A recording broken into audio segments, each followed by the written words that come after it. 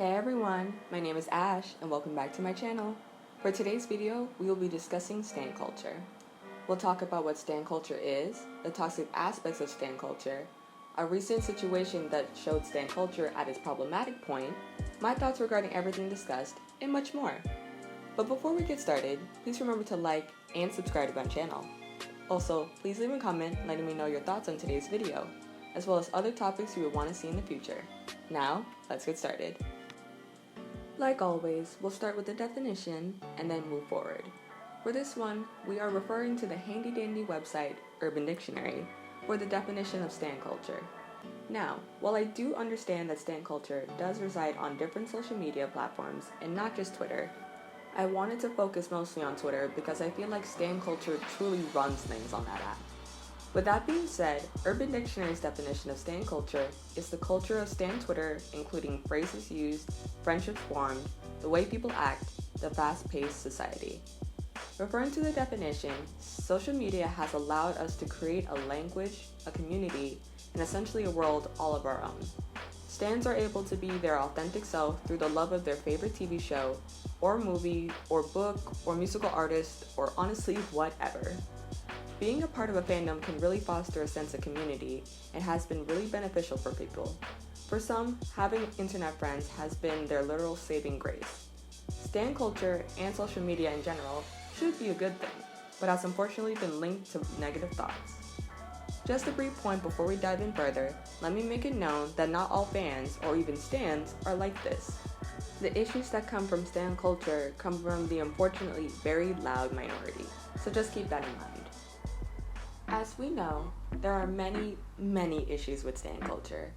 I can get into the whole concept of stan culture and how it takes a lot of lingo from aave or African American Vernacular English. I can get into the whole concept of stan culture and how it has evolved into what it is today. But for this video, I just wanted to focus on the toxic mindset some stans have and how that has negatively impacted social media. If you want me to do a part 2 surrounding these or other aspects of stan culture, just let me know in the comments down below. Okay, now getting back into the issues with stan culture and how it's toxic, we first need to discuss this need that stans have to protect or defend whatever they love or stan. Now, I understand doing that in regards to misinformation or even internet trolls, but it's gotten to the point where stans sometimes can't take criticism about a person or thing that they're standing or even about themselves. I understand that for stans, whatever they're standing makes them really happy, and to see outsiders mocking or saying negative things, it feels like they just want to tarnish what these stans really love. Which I can admit, some people just like to troll to bother stans, and that's just an unfortunate part of the internet, but I'm starting to see more and more examples of people defending bad behavior. This behavior in question sometimes can come from the person they're standing, and the stans will continue supporting them blindly, not even taking into account of them doing something wrong. It can also come from fans doing some really out-of-pocket things. The most recent example of this are the K-pop stans who will literally insert themselves into hashtags that they don't belong in. I know that there was this really big outcry about stans who would post under people's tweets saying things like, well, if they only stand twice. And let me start by saying that I do support K-pop groups, and I'm merely using twice as an example, but this concept has gone way too far. The Stan Luna comments were just the tip of the iceberg, and even that shouldn't have gone as far as it did. But to say someone wouldn't have died if they had just stanned an idol group is just doing too much. Let's not. Going back to my earlier point, I feel like stans are a part of the reason why cancel culture, or even the basic act of holding someone accountable, is so hard. It's very difficult holding someone accountable when so many of their own followers are telling them what they did was okay. Even when their own fans try to tell them when they're wrong, they end up being drowned out by the rest of the fandom, or even called a fake fan at times. I also feel like people are more likely to cave and defend what they stand on the internet over the same situation off the internet, or even if it happened to someone or something that they don't personally support. Like, I've seen stans create a double standard out of practically nowhere for their fave, but will use a similar situation to cancel someone else. I'll be putting some of what I talked about into context so we can actually see where stan culture takes a wrong turn. To put what I'm talking about into context, I wanted to briefly discuss what happened when Justin Bieber was accused of sex a couple months ago. If you weren't aware, Justin, as well as a bunch of other male celebrities like Cole Sprouse and Ansel Elgort, were allegedly exposed a couple months ago for sexual. Anonymous accounts of victims started telling their story, which social media caught wind of and started making it trend on Twitter. In Justin's case, a couple hours after this, he posted his receipts on Twitter to prove that he was innocent, some of which included him stating that he was allegedly with his then girlfriend, Selena Gomez, that evening, so he couldn't have been with this person by the name of Danielle. And let me start off by saying that I don't stand either Justin or Selena. I'm more of a casual listener myself, so I'm looking at this from the outside perspective of these fandoms. Now, I'm assuming that no one can or has confirmed or denied these allegations, so I'm not going to get into that. My issue with this story was how the people within Justin and Selena's fandoms dealt with this. While I can validify that these were only their fans, I can say that there were enough profile pictures and account names in the mix for an accurate assumption. Starting with believers, I noticed that there were some deaths passed around, talking about how she's lying for clout or for whatever reason.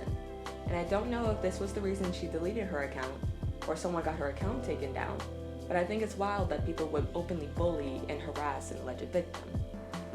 While we don't know and may never know if what she was saying was true or not, the fact that people took the time out to attack this person because they think they're lying or that they just wanted to protect their fave is extreme and so unnecessary. Regarding Selenators, I saw her fans get upset that Justin used her name multiple times. Some people were saying that she was trying to move on and Justin is trying to mess with her and won't leave her alone. Some also said that she should stay quiet or even lie, even if it's true, just to let Justin get canceled for allegedly being a rapist. Sidetrack for a second, but for her fans to be upset that he used her name in this scenario is kind of hypocritical, seeing as one of Selena's last singles, Lose You to Love Me, and parts of her album are about Justin. And I know some fans are going to say that it's not, but she did say that it was about things that happened in her life between her last album, and she did have a mini fling with him in late 2018. So while you can make the argument that it's about The Weeknd or even Charlie Puth, Justin was still a factor, and even though she might not have used his name, the lyrics heavily apply him. Mini tangent aside, but I wanted to hone in on this point that stans will really create a double standard just to defend their fave, and that isn't okay. Now, back into the situation, the Selena stans who would tweet at her to not speak up or to even lie and say that she wasn't with him, no. If Selena by any chance had to go to court, her lying would be considered perjury, so I'm pretty sure she wouldn't lie on the timeline in front of millions of people either. I think she knows better than that. Also, the fact that some of y'all wanted her to do that simply because he's her ex and y'all feel some type of way about him? Do you hear how that sounds? Like that's unethical. Regarding the person behind the account, personally speaking, if what the girl was saying was true, I wish she would have taken this to court and not social media. People are ruthless on the internet, and while she was getting support, she was also being demonized for speaking her alleged truth about a serious situation. Also, if by any chance she recounted things incorrectly, then she would be sued for defamation, and these tweets could be used against her.